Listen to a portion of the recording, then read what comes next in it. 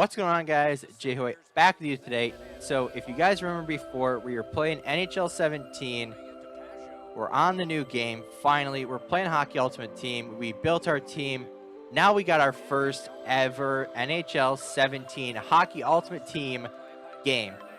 So you guys saw me build my team last time. We got Shea Weber holding down the defense. We don't really have that standout forward yet, but we got the likes of Pajot, Marcus Johansson from Washington, and Nail Yakupov on the first line. So going into this game, I was a bit skeptical.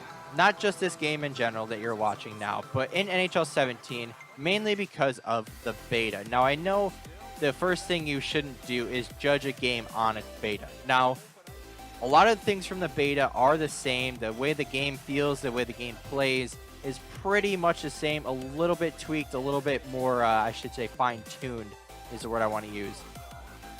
But from the beta, I basically wrote this game off as probably the worst game to ever come out in the last 10 years.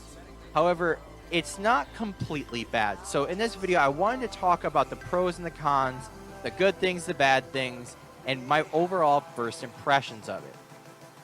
So first things first, guys, the gameplay is very, how do I want to put this? Very inconsistent. Okay, so you guys are watching the game, you're seeing me, it's a good back and forth game. But a lot of the times, if you see, when I have the puck, I'm skating down the ice, no matter where I'm going, what direction I'm going in, I have the puck, and I don't really lose the puck to anything like a poke check or a stick lift, but it's to nothing. The guy skates by me, looks at me, says, give me the puck, and he takes the puck, right? So if you guys see, when I go to the net, when I, try to pass it, anything like that, when I'm about to do those things, I get the puck instantly stolen.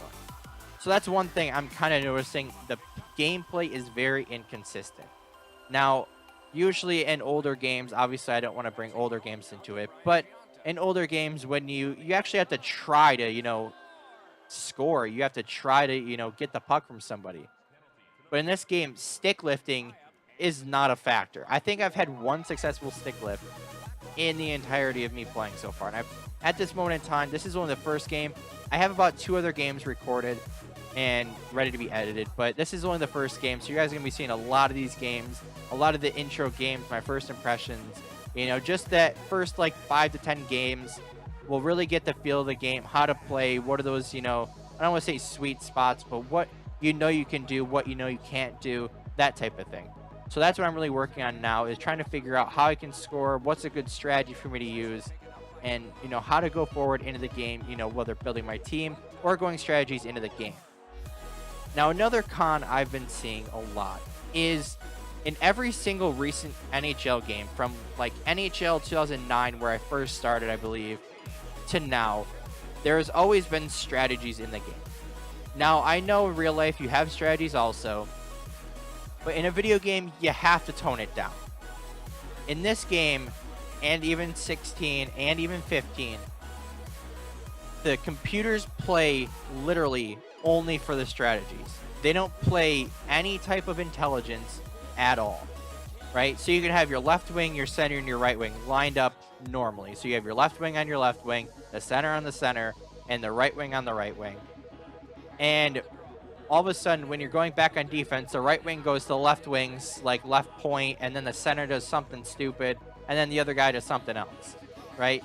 So these strategies that you put in place to, try to make your team work more structural doesn't work at all. So when you're in the defensive zone, your guys are kind of just skating around mindlessly trying to find someone to cover. So it doesn't really make sense. And the other thing that's been, a huge problem with the strategies is the 1-4 skill zone.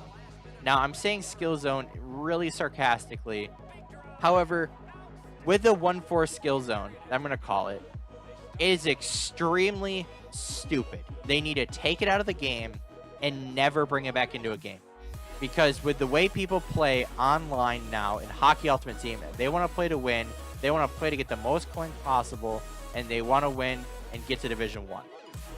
So they're not going to care about playing smart, they're not going to care about making good passes, they're not going to care about any of that. Their focus is to get the puck, skate down the ice and score on that first rush. They're not going to want to go back in their zone, play defense, actually get the puck away, and then go down and score. Their goal is to get the puck away from you without doing anything. And that 1-4 skill zone does that perfectly for those stupid players. Now, I don't mean to diss how people play, but when you're facing this and you actually have skill, you actually know what you're doing, and you're going against these kids that you know you're outplaying, it's just extremely difficult. Now, when they do that, you usually cause penalties. And if you look at this one that's on your screen now, how is this not a penalty? He blatantly dives, he blatantly hooks me or, interferes with me and doesn't let me shoot, doesn't let me go by, and completely should have been a penalty. But it ends up not being a penalty. So when I was talking about the stick lifting and even that play, the penalties in this game, the only thing I've even gotten is, I think, slashing or tripping. I'm pretty sure only those two.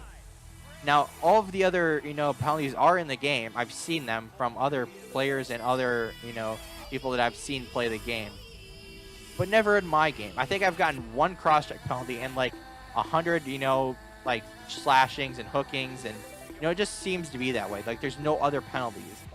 So the way the gameplay is now, they need to change it. I know, obviously, it's the first update. You don't want to put everything on the line and judge it, 100%.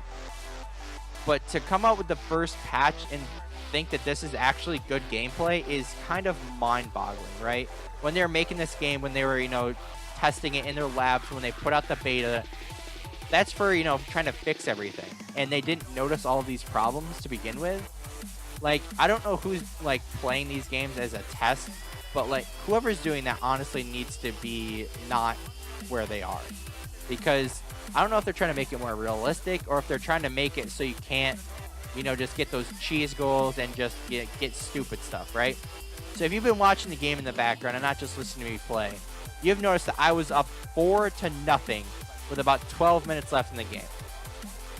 And he scores some loser short side cheese when the game is completely in my favor, right? It's not like one of those goals where he completely outplays me. He just lets it go and it's a goal, right? Well, that's not the main problem. It's if you watch the gameplay, you watch how this game is playing out, you notice that I'm completely dominating this game. I'm pretty much outplaying every single thing he's doing. But you notice how the puck is bouncing. Now, it's not just bouncing a little bit when you get the puck or, when a pass is extremely hard or off of a shot or off the post or anything. It's anytime you get the puck, it's bouncing everywhere. Now, whether it's a shot rebound that you're trying to get off of your goalie or if they just take a shot and you just notice it, that it goes pretty much wherever it wants, right? Like, if you look at this play, every other game, that would have been a goal. Not in this case, right? And I know I'm going backwards a little bit here, but I just thought of it. If you look at the strategies and how everyone's playing, you literally can't skate around the zone like you used to, right? Like, I used to be able to cycle the puck and, have some kind of good effort towards it. But in this game so far, all I've been able to do is get off one pass and then try to shoot it.